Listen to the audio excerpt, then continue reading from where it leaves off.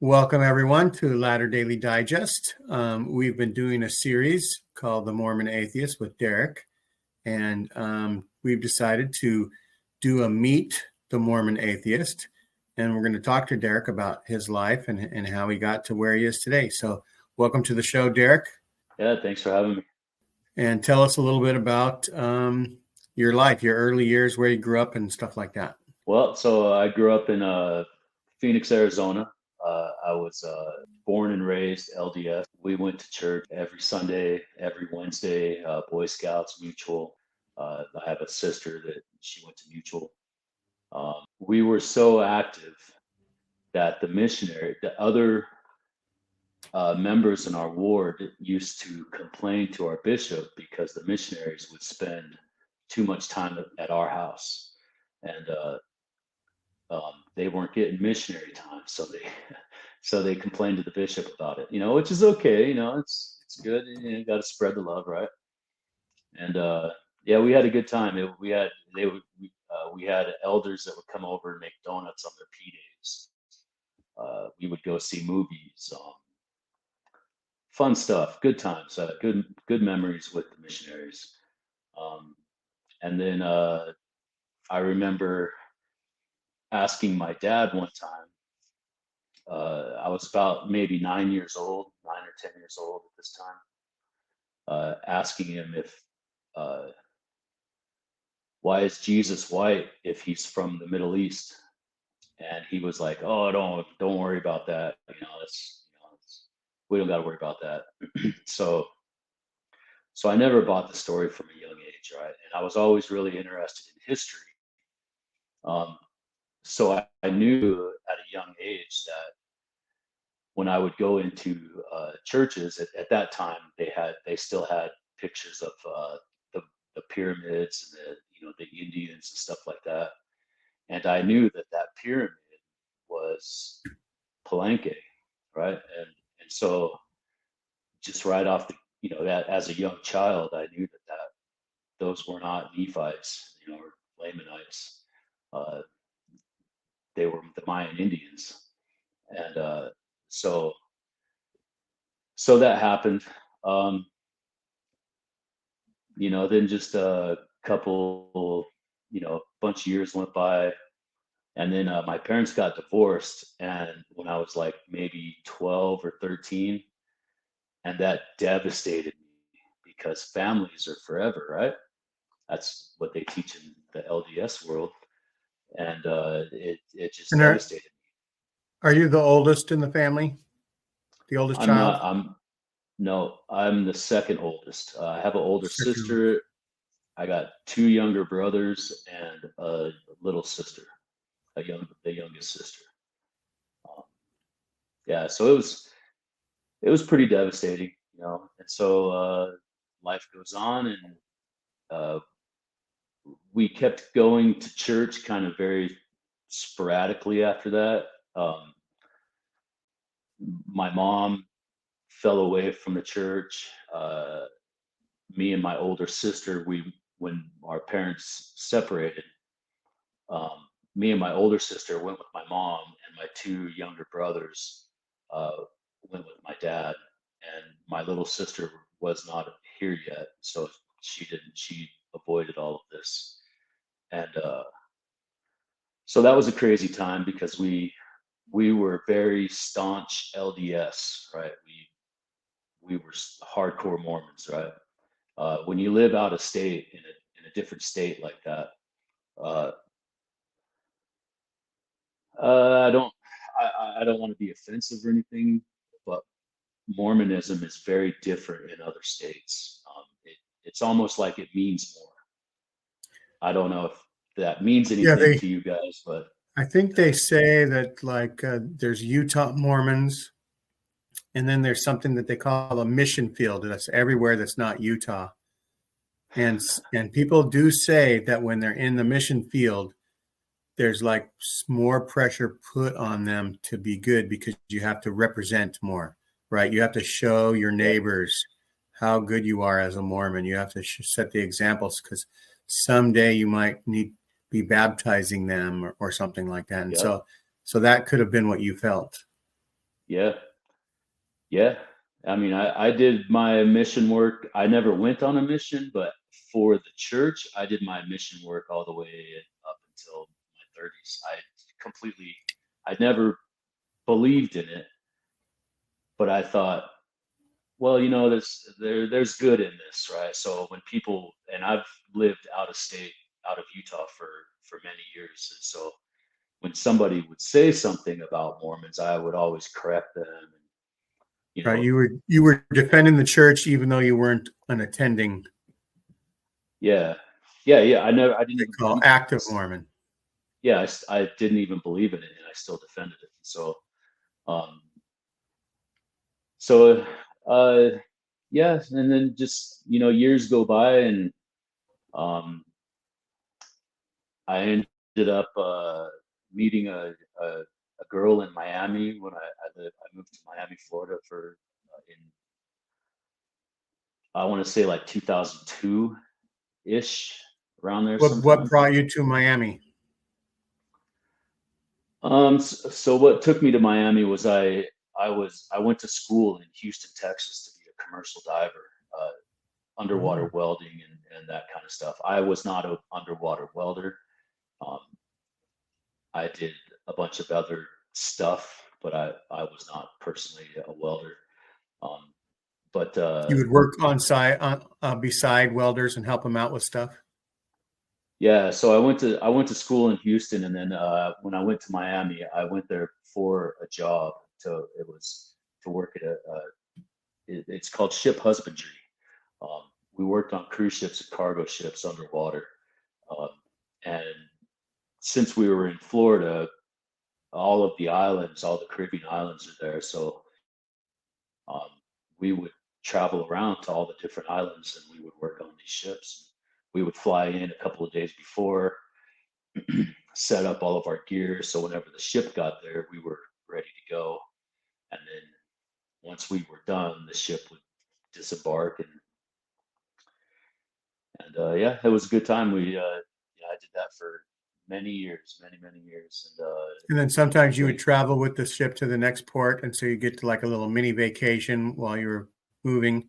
Then once they got to the yeah, next port, you'd continue working on it if you weren't done. yeah, yeah, yeah. I used to tell people I was retired because it wasn't work. I would get paid to go to this island, and while I'm there, I have to do a task for a couple of hours, and then I get to go back to the island. So it was like, it was a good payoff. I mean, okay, they're paying for me to go to the island. They're paying my way. They're per diems, all that stuff, right? So, why not do a job for them while I'm there? And you were in your 20s at the time, My 20s and 30s, yeah, all through my 20s and 20s and 30s. 30s. So the prime of your Yeah, life, you're kind of have a cush job, get to see the sights in the Caribbean yeah, Sea. and it really opens your eyes when you travel outside of the U.S. like that for as often as I did, to other countries and parts of the world. You really see the world for what it is, right? And you see that, you know, I remember the first time I went to Jamaica, right?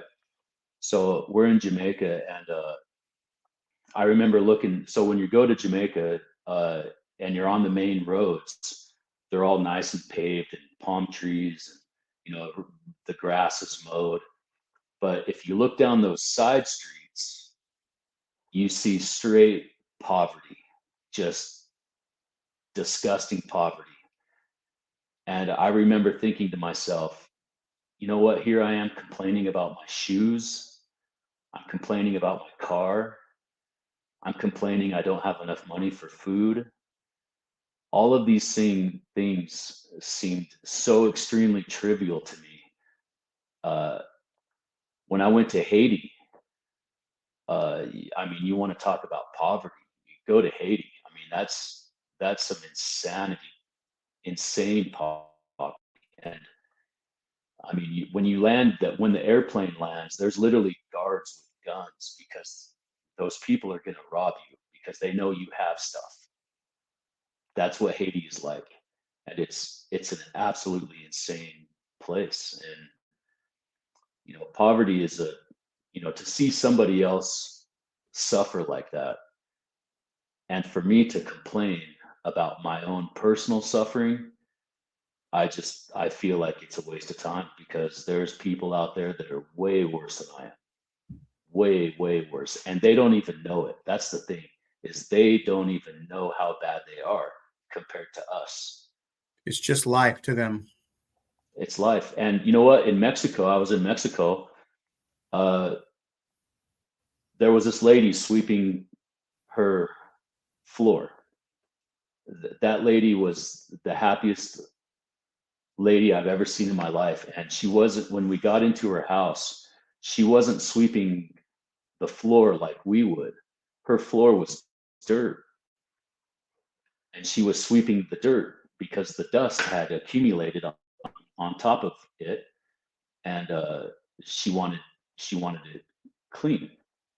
The dirt was And dirty. the dirt was dirty, and I thought to myself, what a bizarre thing. Concept. But I swear to you, I've never met a happier person in my whole life. That woman was so content and so happy and so just beautiful, just a beautiful person. And so I'm getting goosebumps actually talking about it. But these people they have affected my life in such a profound way, because I'm an American. I'm entitled, right? Well, you go to these places and you see how unentitled you actually are. It brings you down to ground level again, and you say, wow, this is amazing. And you end up becoming extremely grateful for what you do have, or for what I have. Even if I have nothing, I'm still grateful, because I do live in a place that I can go to a food bank, or I can go to get food stamps, or I can go, there's no such thing as poverty in the United States. I don't care what anybody says. Comparatively, right? Comparatively, yes, because if you're homeless, there's a place to go. If you don't have food, there's places to go. And in other countries, there's not. So you're literally on your own, and it's an amazing thing. And so yeah, those people have really. I also think that let's see, Mark Twain said something about how traveling makes you less prejudice. Yeah. Seeing other people in the world really makes you less prejudice. And it's yeah. I went to Europe. I spent 3 months in Antwerp, Belgium. And while I was in Antwerp, I went to a whole bunch of different places. And to my complete astonishment, every single person that I ran into speaks at least 3 languages. Every one of them. Yeah, it's part of the makeup of you, right? Your experiences there make you have a slightly different view of the world than somebody that maybe lived in Western United States all their lives, like maybe me. Yeah. Yeah. But I can appreciate other people's stories. And I know lots of missionaries would go to countries that had a lot of poverty, and they would talk about how they grew to love the people there. And so, like Mark Twain said, travel is fatal to prejudice and bigotry, because once you see all the people that are out there, you can learn to, be more loving to other people. And so when you're in Miami, you're getting older. You had the career for like 10 years or something. 15 years. 15 years. Give or take a year. Why did you change careers? Well, I have 2 kids here, and they needed me. So yeah, about 2018 is when I started that. That's when I came back here. Okay. and that's been working out for you. And Yeah. what type of experiences led you up to becoming the Mormon atheist? So you've been in Utah for 7 or 8 years? Yeah. So we kind of have to back up a little bit. So I moved to Utah when I was 15. I did not go to church. I had long hair. I was, Megadeth, Metallica, Bad Religion, Dead Kennedys, right? That was my jam. And so I ended up moving to Miami. And when I was in Miami, I met my wife at the time, and she was from Colombia, and so on Halloween one time, she had a little daughter, and her daughter was in kindergarten, and she wouldn't let her daughter go to school on Halloween. And I was like, and the daughter's crying. She has a costume. She wants to wear the costume, and my ex-wife now was like, no, you're not going to school today. We don't celebrate that. And I didn't understand why, right? I was like, well, it's Halloween, right? Like, let her go to school. It's dress up day. And she looked at me with the deadliest of eyes, right? And said, that's not my culture. That's your culture. And we don't celebrate Halloween the way you celebrate Halloween. And she says, why do you celebrate Halloween? And I said, well, because it's Halloween. It's always been there. And she says, no. Why do you celebrate it? And I was like, because it's candy. And she's like, no. Why do you celebrate Halloween? And my honest answer was, I don't know. I don't know why we celebrate Halloween. So I Googled Halloween and I started looking up Halloween, and I was so amazed at what I found, right? And then that led into Christmas. That led into Easter, St. Patrick's Day. Literally every American holiday that we have comes from paganism. And the Christians took it and twisted it, and this is actual history. You can look this up. This is the history. The Christians came and took it, and they didn't want to offend anybody, so they didn't completely destroy their holiday. They kept it on or around the same day, and then just put a little Christian twist on it. And that literally is all of our holidays: Halloween, Christmas, Thanksgiving. Every one of those holidays Easter. They all come from paganism. So then that led me down a rabbit hole of like, what is paganism? And so come to find out that, through reading like the histories of Herodotus and Diodorus and stuff, a pagan is anybody that does not speak my language. Doesn't matter what group or cult or whatever worship, you're in. or worship your God. Yes. So if you don't speak my language, you are a pagan. And that is what a pagan is. And then through time, it's been turned around to think that pagans are druids. Well, yes, their pagans are druids because they don't speak my language. So they are pagans. So are Romans. So are Greeks. So are, Turks. The list goes on, right? You don't speak my language, so you're a pagan. They also call them barbarians, right? You're a barbarian, strictly because you don't speak my language. So the rabbit hole just continued, and then yeah. And so in a way, you already weren't believing in Mormonism, but you were learning this other stuff that exists in history, and then that's like some foundational things for you. Those were, you knew from that point forward that you could look into history to find answers in a way, right? And then, like you said, you come across a problem a year or so ago, Was it about you were wondering why there was so much either negativity that Mormons had towards other people? I wanted to know why Mormons are so negative towards everybody that's not a Mormon. Why do Mormons treat non-Mormons the way they do? And you have to remember, I am. So in my mind, I'm thinking, why are you treating me like this? Right? I'm one of you. Well, turns out I'm not one of you, because I'm a non-believer. I don't believe in the Bible. I don't believe in the Book of Mormon.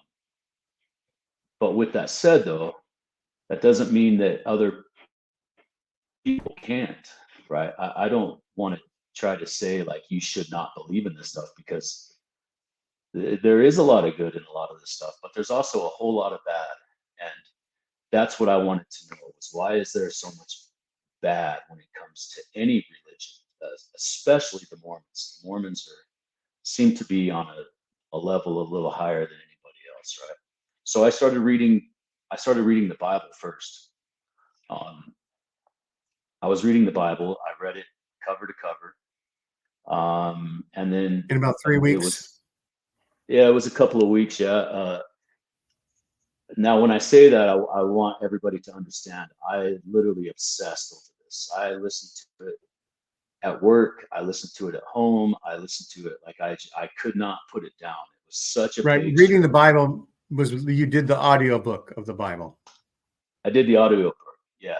And there was a lot of times where I'd have to stop and rewind and make sure I'm actually hearing what I'm hearing, because it's just so absurdly offensive, that book is, that we don't live by those standards anymore. We don't treat women, I mean, here I can actually tell you, if you want to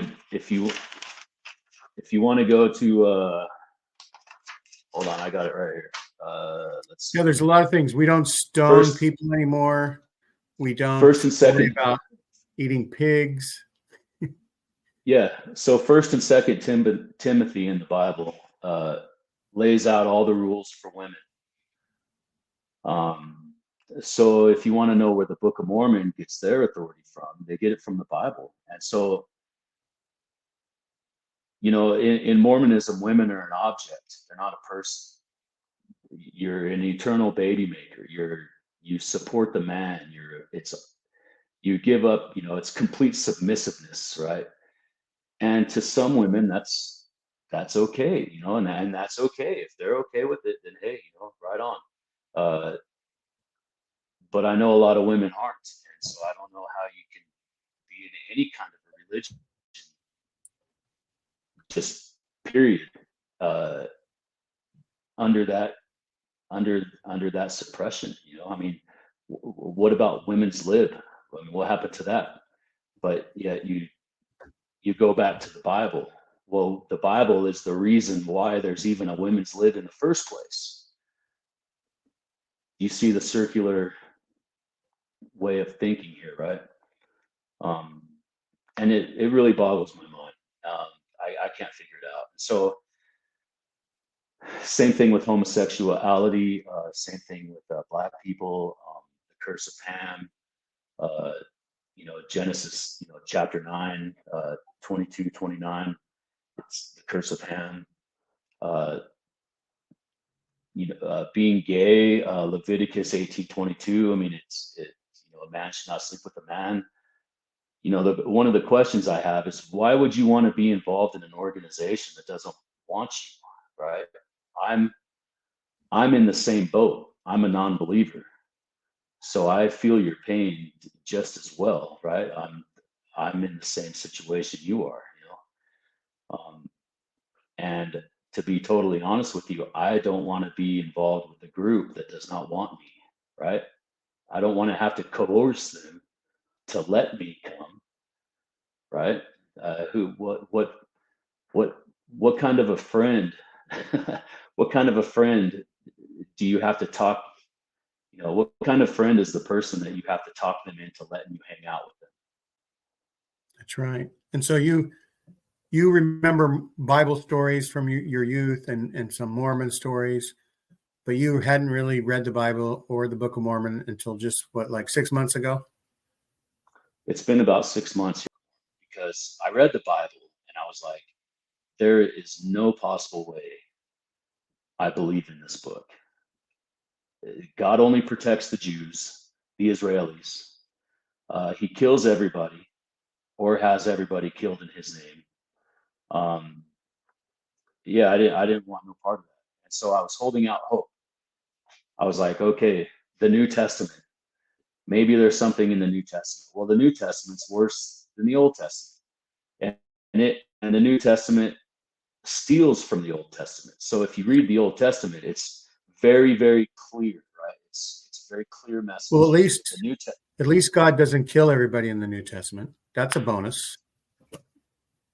Well, I mean, Jesus has his moments, but so then I read the New Testament and I was like, well, this isn't working either. So then I was like, all right, the Book of Mormon. Okay, this is my go-to religion. This is all of my family is LDS. They all, to this day are temple. What's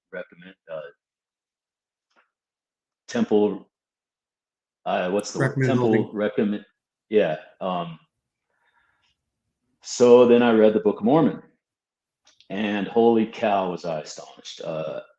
I actually got mad. Like I said, I had to stop reading it a couple of times because it's just so outlandish that I just I couldn't do it.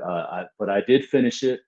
I did finish it, and then that's when everything began. I was like, I have to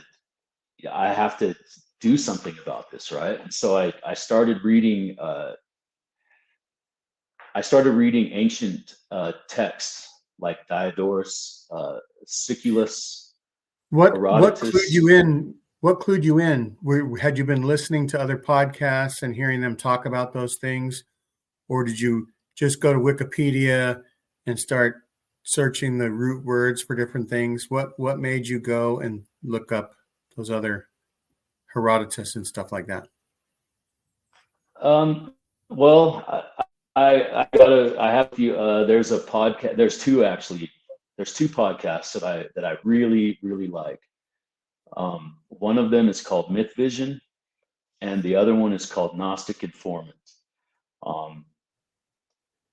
Is what they do is they take the Bible stories and they basically trace them down to the earliest known source of that person, and they do a story about them, and they do everything from they talk about ancient drugs, they talk about ancient sexuality, they talk about the role of women, they talk about the herbs and medicines, the the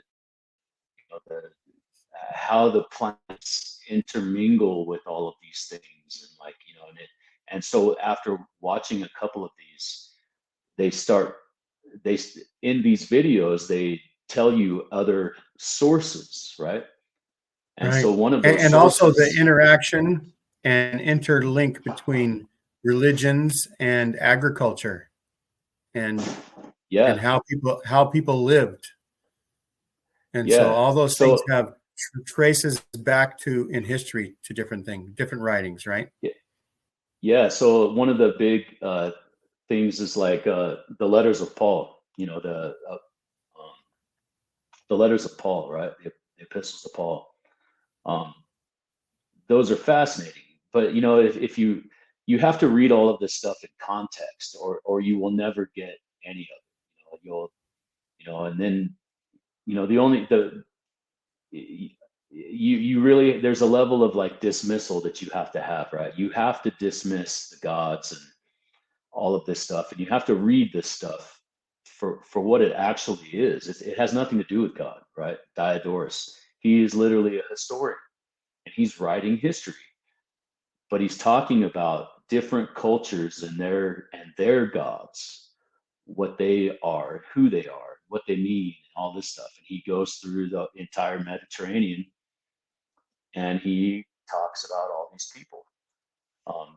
Herodotus does the same thing, but Herodotus is, 300, 400 years before Diodorus, right? So it's really an amazing thing to listen to the Amazons, the Scythians. The Scythians are my favorite. I have this running theory that the Scythians are the beginning of the Jewish culture, because in these stories there are no Jews, there's no Bible, there's no Jesus, there's none of this stuff. It hasn't came to fruition yet, right? So when you're reading Diodorus, you're reading a raw history that's pre-biblical, and that is fascinating to me, because they're taking Jesus out of the story. They're taking God out of the biblical God. They're taking them out of the story because they're not invented yet. But there's an incredible wealth of other gods. There's Mithra, Dionysus, Hermes, Zeus, Osiris. The list goes Right. on, right? I've been telling it's people, really incredible. I've been telling people lately, like, why don't you believe in Zeus? Right. Yeah. And there's like, well, Yeah. for me, it's because all my life I've been told that Zeus was a myth. Yeah. I've never been asked to read more about Zeus. I've never been asked to pray to Zeus and see if he will bless me with blessings. I've never been advised to interact with Zeus as if he were a god, right? Right. So why would I believe in him, right? Yeah. But I've been told to interact with the Judeo-Christian God. I've been told to pray to the Judeo-Christian God. I've been told to, if you have a good feeling, it comes from the Judeo-Christian God. And everything we have now is because of Judeo-Christian ethics and beliefs. And you're saying that a lot of the things have existed in history, the stories and things, and it's just the Judeo-Christian religions have garnered these stories and have changed them a little bit to suit their own history or their own scriptures, and it's actually a story that's as old as time, right? What talks about that, a story old as time? Is that Beauty and the Beast? Yeah. It's all Beauty and the Beast. It's Beauty and the Beast all the way down, or as some people call it, it's Turtles all the way down. Yeah. And so this stuff is.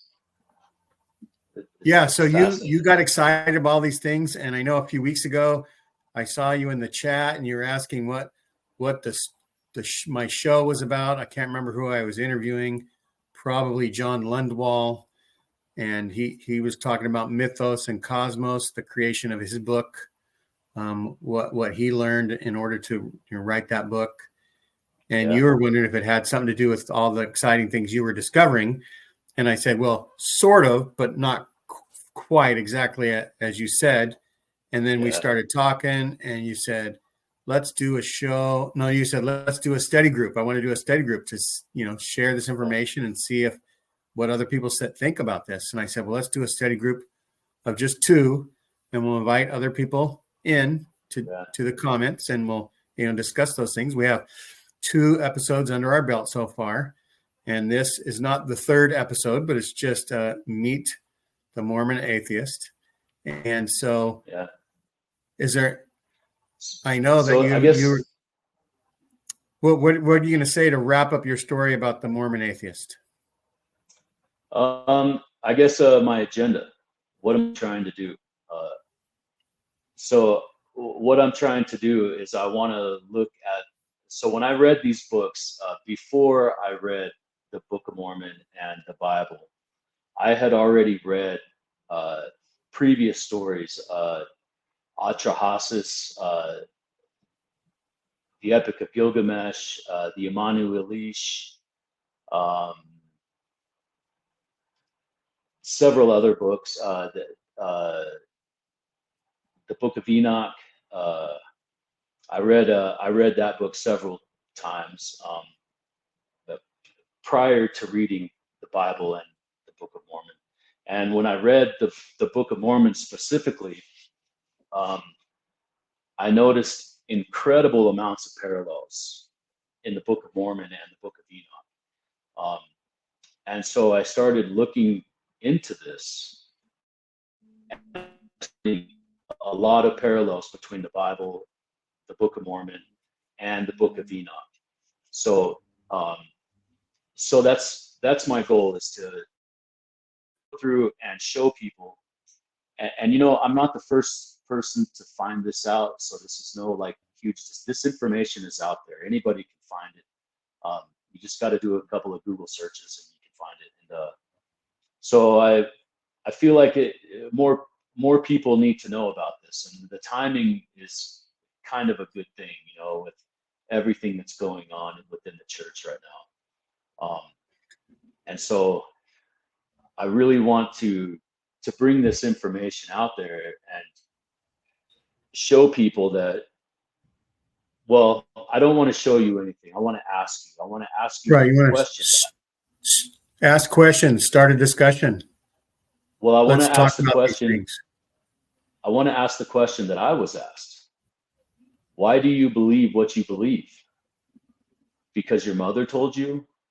Because it's always been there and that's just what you grew up with? You know, why do you seriously believe what you believe? Like that's a pretty fundamental, honest question to ask yourself. And I had to ask myself that question. And so along with that, there's other stuff that the Book of Mormon, I'm not really interested in church history per se, but church history does play a role in this, right? As far as I want to know who Joseph Smith is. Who is he before Mormonism? What was the crowd he was hanging out with? I was doing some interesting reading the other day, and I came across a guy named Joel Tiffany that Martin Harris would talk to a lot.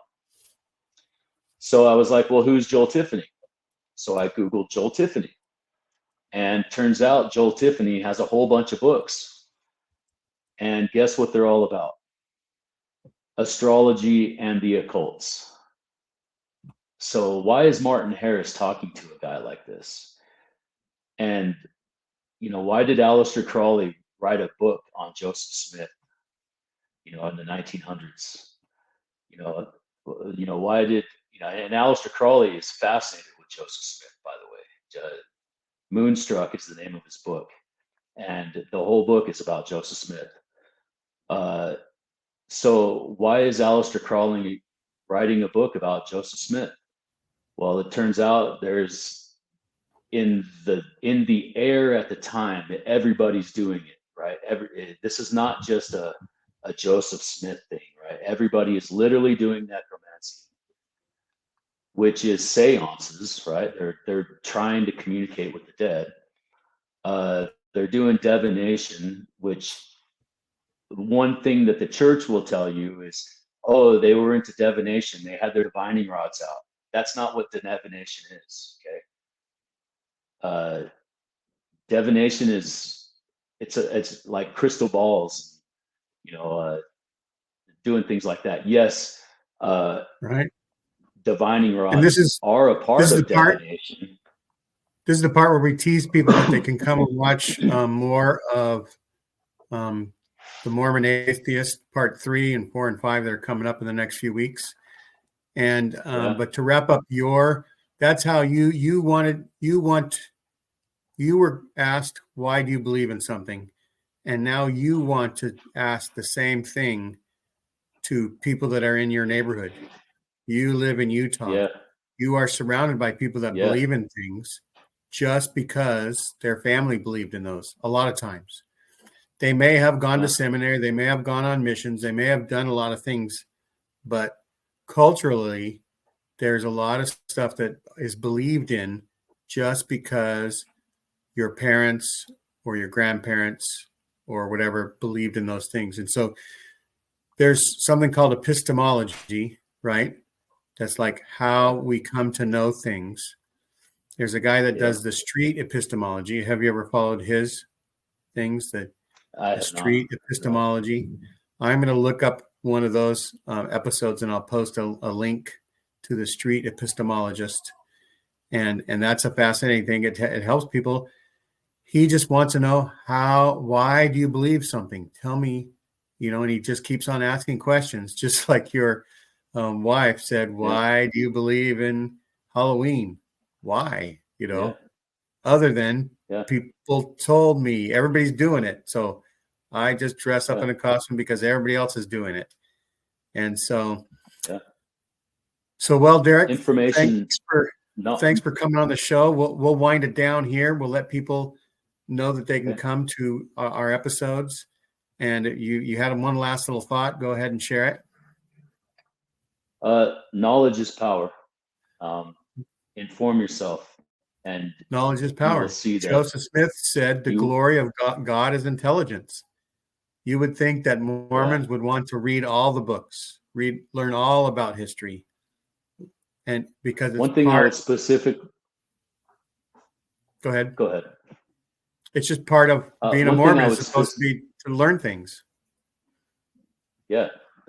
So one thing I would really encourage specifically Mormons to do, and I really encourage you to do this, go outside of the church information pool.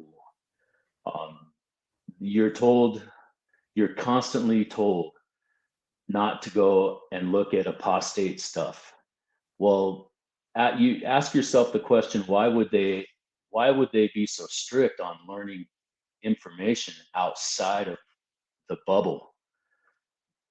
You ask yourself that question, and where would you do that anywhere else?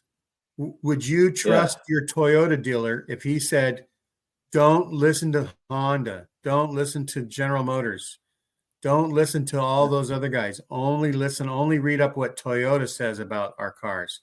They're the only trusted source. You would probably run as fast as you can from that Toyota dealer. Yeah, it's like I said in our first video, episode 1, when I gave you the analogy of the book The Outsiders, right? That analogy is specifically what I'm talking about right here.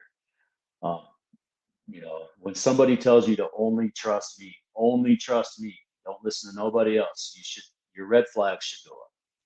That's right. So I just encourage you to read like Richard Carrier, The Historicities of Jesus, or read Bart Ehrman, The Historical Jesus.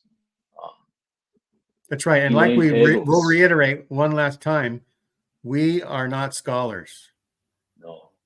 The Mormon atheist is not a scholar. He's a guy who read the Bible and the Book of Mormon in a matter of less than 2 months.